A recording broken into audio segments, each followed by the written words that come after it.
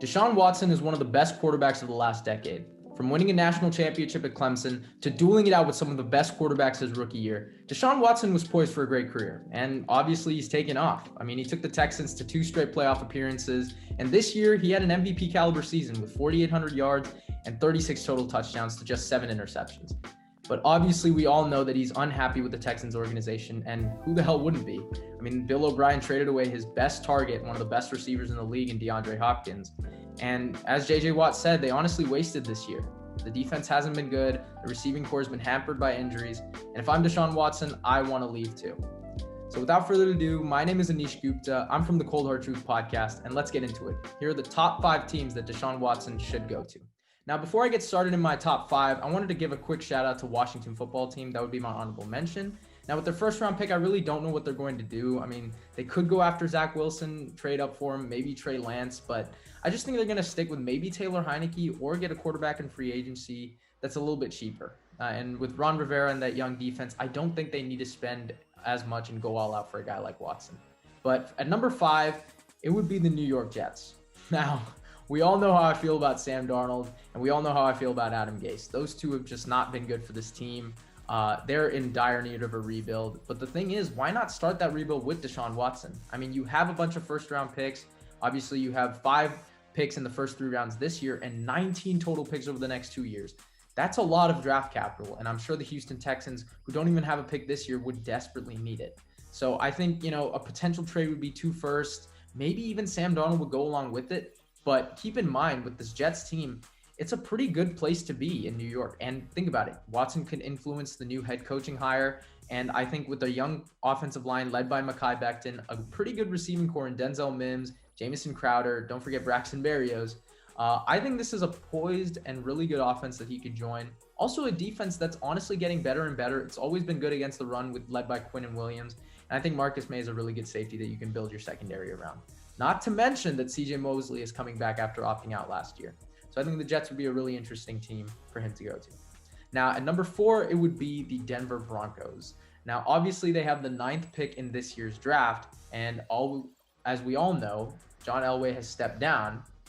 And new GM George Patton is ready to make this team relevant again. Think about it. The Denver Broncos really haven't been good since Peyton Manning left.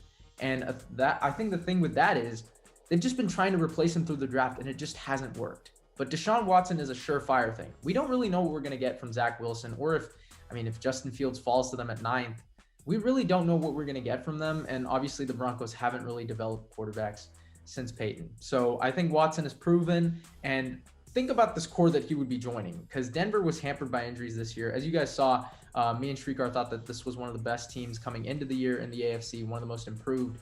Just didn't live up to the hype because of all the injuries. But think about it. They get Cortland Sutton back, a wide receiver who was honestly one of the top receivers in 2019. Obviously, we got Jerry Jeudy there, KJ Hamler, and Tim Patrick. Those are 4 really good guys. And I think Deshaun Watson would be a lot happier with that, considering he lost DeAndre Hopkins the year before. They've got tight end Noah Fant, who's a pretty good pass catcher himself. A developing offensive line led by Garrett Bowles and Graham Glasgow. But they've got also 2 young running backs in Melvin Gordon and Phillip Lindsay. That's a really loaded offense, and I think Deshaun Watson would make it really great. And they're also got Vic Fangio, a great defense too, with Bradley Chubb, Bryce Callahan, and AJ Boye. This Broncos team would be something special. Now, at number 3, it's going to be the Chicago Bears. Now, this one is very narrative-based, because keep in mind, they haven't had a quarterback or at least a franchise cornerstone in the entire Super Bowl era. Rex Grossman, Jay Cutler. This team has been in dire need of a quarterback. This is a football-hungry city. It's a championship-hungry city. And Ryan Pace can finally right his wrong. When I saw that draft, I was like, are you kidding me? You take Mitch Trubisky over a surefire thing, Deshaun Watson, who had the national spotlight. He had all the winners and intangibles. I don't know why you go with Trubisky there.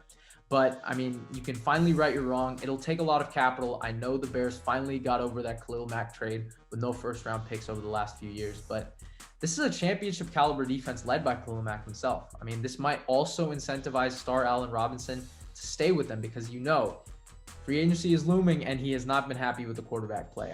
Who would be with Trubisky and Foles throwing you the ball?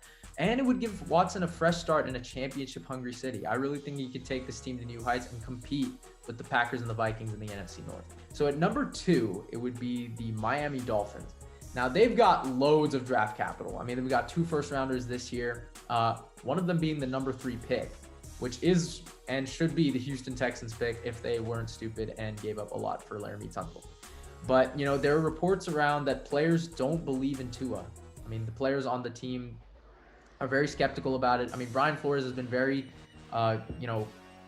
lenient in switching his quarterbacks. I mean, he kept switching them during the games. It was just not a good fit. And you need a sure thing at quarterback, especially if you want this team to go to the heights that I see them going to. Obviously, I thought they would have a winning season this year, and they did, but it just never amounted to anything because Tua kind of hampered them this year. I still believe in Tua. I think give him a fresh start in Houston, and a new head coach can really help him because he did show some promise against Arizona and Kansas City. But Watson would make this team championship contenders. I mean, another year with Brian Flores would only make this defense better. Guys like Xavier Howard, Kyle Van Noy, and Jerome Baker, all leading this defense. It would be tremendous.